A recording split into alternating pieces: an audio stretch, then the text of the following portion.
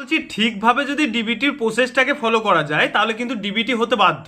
DBT হচ্ছে না তার মানে এটা নয় যে তোমরা ডিবিটির প্রসেসটাই ফলো করছো না। ডিবিটির প্রসেসটা আমি যেভাবে দেখিয়ে দিচ্ছি, সকলকে ভালোভাবে বলছি, যেভাবে দেখিয়ে দেবো ঠিক সেভাবেই প্রসেসটা ফলো করবে। অন্য কোনো রকমভাবে প্রসেস ফলো করতে গেলে হবে না। কিছু কিছু জন যেমন কি ভুল করছো সেটা একবার শুনে নাও। ডিবিটি করার সময় প্রথমেই তোমরা সিডিং অপশনে চলে যাচ্ছ। প্রথমেই তোমরা, আমি প্রসেসটা যেভাবে দেখিয়ে দিচ্ছি ঠিক সেভাবেই ফলো করবে। তার আগে একটা কথা বলে রাখি, এটার দেখো আজকে এই মাত্রই কিন্তু সাবমিট করা হলো। এই মাত্র সাবমিট হওয়া মাত্রই কিন্তু ইউকো ব্যাংকের ডিবিটি একদম কমপ্লিট 25/5/2026। তাই প্রসেসটা আমি যেভাবে দেখিয়ে দেবো তোমাদেরকে ঠিক সেভাবে ফলো করবে। আর প্রথমেই তোমাদের বলছি, প্রথমেই সিডিং অপশনে যাবে না, তোমাদেরকে এনপিসিআই পোর্টালে প্রথমে ডিসিডিং করবে, তবেই কিন্তু সিডিং অপশনে যেতে হবে। তো প্রসেসটা কিভাবে দেখিয়ে দিচ্ছি তোমরা একটু ভালোভাবে দেখে নাও। প্রথমে তোমাদের এনপিসিআই পোর্টালে আসবে, এই যে ওয়েবসাইট দেখতে পাচ্ছ এনপিসিআই পোর্টালের ওয়েবসাইট। এই ওয়েবসাইটে আসার পর এই যে আধার সিডিং আর ডিসিডিং এই অপশনটায় টাচ করবে।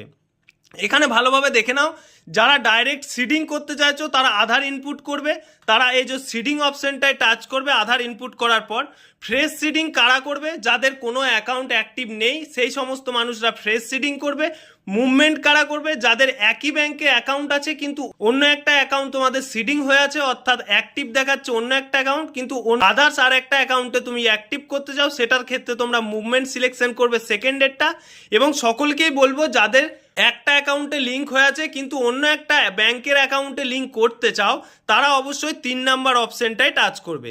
3 নাম্বার অপশনটায় টাচ করার পর প্রথমে দেখে নাও যে ব্যাংকটা তোমরা সিডিং করতে চাইছো সেই ব্যাংকটাকে সিলেকশন করবে। এখান থেকে সিলেকশন হয়ে যাওয়ার পর অবশ্যই ভালোভাবে কিন্তু অ্যাকাউন্ট নাম্বারটা এবং account number, confirm account number, এই দুটো অ্যাকাউন্ট তোমরা ঠিকঠাকভাবে দেবে। এটা কিন্তু আমি সিডিং যারা করবে তাদের জন্য দেখাচ্ছি। এরপরে দেখিয়ে দিচ্ছি তোমরা ডিসিডিং কিভাবে করবে, সেটাও একটু ভালোভাবে তোমাদেরকে দেখিয়ে দেবো। অবশ্যই ভালোভাবে বোঝার চেষ্টা করবে এবং সম্পূর্ণ প্রসেস আমরা আমাদের মাল্টিয়ার সিএসসি সেন্টার ইউটিউব চ্যানেল এবং তথ্যমিত্র কেন্দ্র ফেসবুক চ্যানেলেও কিন্তু সম্পূর্ণ প্রসেস আলোচনা করে দিয়েছি।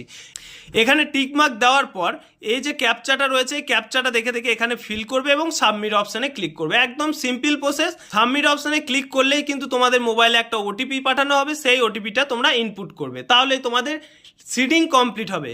এবার কথা হচ্ছে কিছু কিছু ক্ষেত্রে ইনঅ্যাক্টিভ দেখাচ্ছে, সেগুলো কিন্তু সিডিং হচ্ছে না। কেন হচ্ছে না? কারণ তাদেরকে প্রথমে ডিসিডিং করতে হবে, তবেই কিন্তু তারা আবার নতুনভাবে সিডিং করতে হবে। ডিসিডিং কিভাবে করবে সেটা একবার ভালোভাবে দেখে নাও।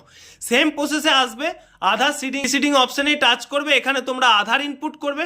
প্রথমেই সিডিং অপশানে যাবে না, প্রথমে ডিসিডিং অপশানে যাবে। ডিসিডিং অপশানে গিয়ে এখান থেকে তোমাদের যে অ্যাকাউন্টটা সিলেকশন হয়ে আছে প্রথমে সেই অ্যাকাউন্টটা সিলেকশন করো। সেই অ্যাকাউন্টটা সিলেকশন করার পর সেই অ্যাকাউন্টে